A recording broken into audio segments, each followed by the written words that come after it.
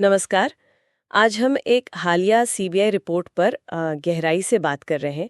ये रिपोर्ट जम्मू कश्मीर के पहलगाम में तीर्थयात्रियों पर हुए एक आतंकी हमले से जुड़ी है।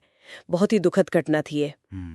तो आइए देखते हैं कि इस जांच रिपोर्ट में क्या खास बातें सामने आई हैं।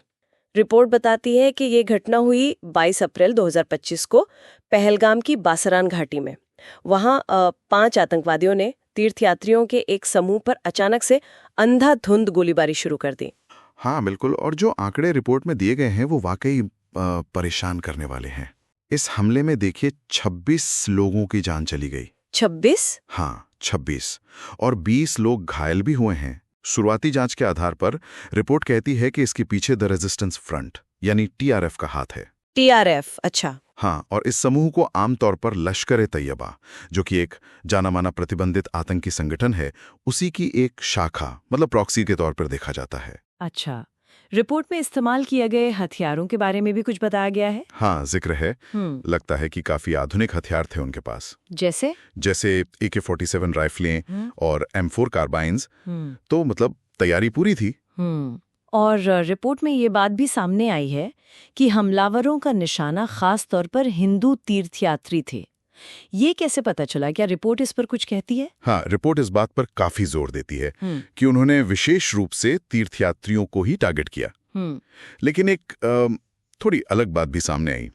रिपोर्ट में बताया गया है कि हमले के वक्त वहां कुछ स्थानीय मुस्लिम जीप ऑपरेटर्स भी थे। अच्छा। हाँ, शायद वो तीर्थयात्रियों को ही ले जा रहे होंगे। तो रिपोर्ट के मुताबिक हमलावरों ने उनमें से कुछ को जाने दिया। हाँ, हालांकि उनमें से एक को गोली भी लगी, पर बाकियों को छोड़ दिया गया। रिपोर्ट शायद इस जानकारी से ये दिखाना चाह रही है कि हमला कितना सोचा समझा और लक्षित था। मतलब ये कोई अचानक हुई गोई गोली नहीं थी, बल्कि पूरी योजना के साथ किसी खास समूह को निशाना बनाकर की गई कार्रवाई लगती है। जी, रिपोर्ट इसी तरफ इशारा कर रही है। बिल्कुल बिल्कुल। रिपोर्ट इसे 2008 की मुंबई हमलों के बाद हुए सबसे गंभीर, सबसे बड़े आतंकी हमलों में से एक मान रही है। मुंबई हमलों के बाद? हाँ, और यहाँ ये समझना भी जरूरी है कि रिपोर्ट इसे सिर्फ एक और आतंकी घटना के तौर पर नहीं देखती है। रिपोर्ट में इस बात पर काफी बल दिया गया है कि ये धार्मिक भेदभाव से प्रेरित हमला था। निर्दोष नागरिकों पर एक सुनियोजित हमला। धार्मिक भेदभाव? हाँ, एक ऐसा हमला जिसने कई परिवारों को, आप सोचिए, हमेशा के लिए तबाह कर दिया। ये तो वाकई बहुत ही गंभीर अवलोकन है रिपोर्ट का। अच्छा, क्या रिपोर्ट में सुरक्षा बलों की जो प्रतिक्रिया हुई उसके बारे में भी कुछ कहा गया है? हाँ, उसका भी जिक्र है। रिपोर्ट में पुलिस और सुरक्षा बलों की तरफ से जो त्वरित कार्रवाई हुई उसकी बात की गई है। उनकी तेज प्रतिक्रिया ने न सिर्फ उस वक्त स्थिति को संभालने में मदद की, बल्कि शायद बाद की जांच को भी सही दिशा दी। और उसी जांच के नतीजे अब इस रिपोर्ट में हैं। तो अगर हम इस पूरे सीबीआई रिपोर्ट की मुख्य बातों को एक बार फिर से देखें। पहलगाम में तीर्थयात्रियों पर एक जानलेवा और जानबूझकर किया गया हमला। इसमें 26 निर्दोष लोगों की जान गई। रिपोर्ट टीआरएफ या कहें लश्कर-ए-तैयबा जैसे आतंकी समूह की तरफ इशारा कर रही है। सही। और हमले में आधुनिक हथियारों का इस्तेमाल हुआ। बिल्कुल सही कहा।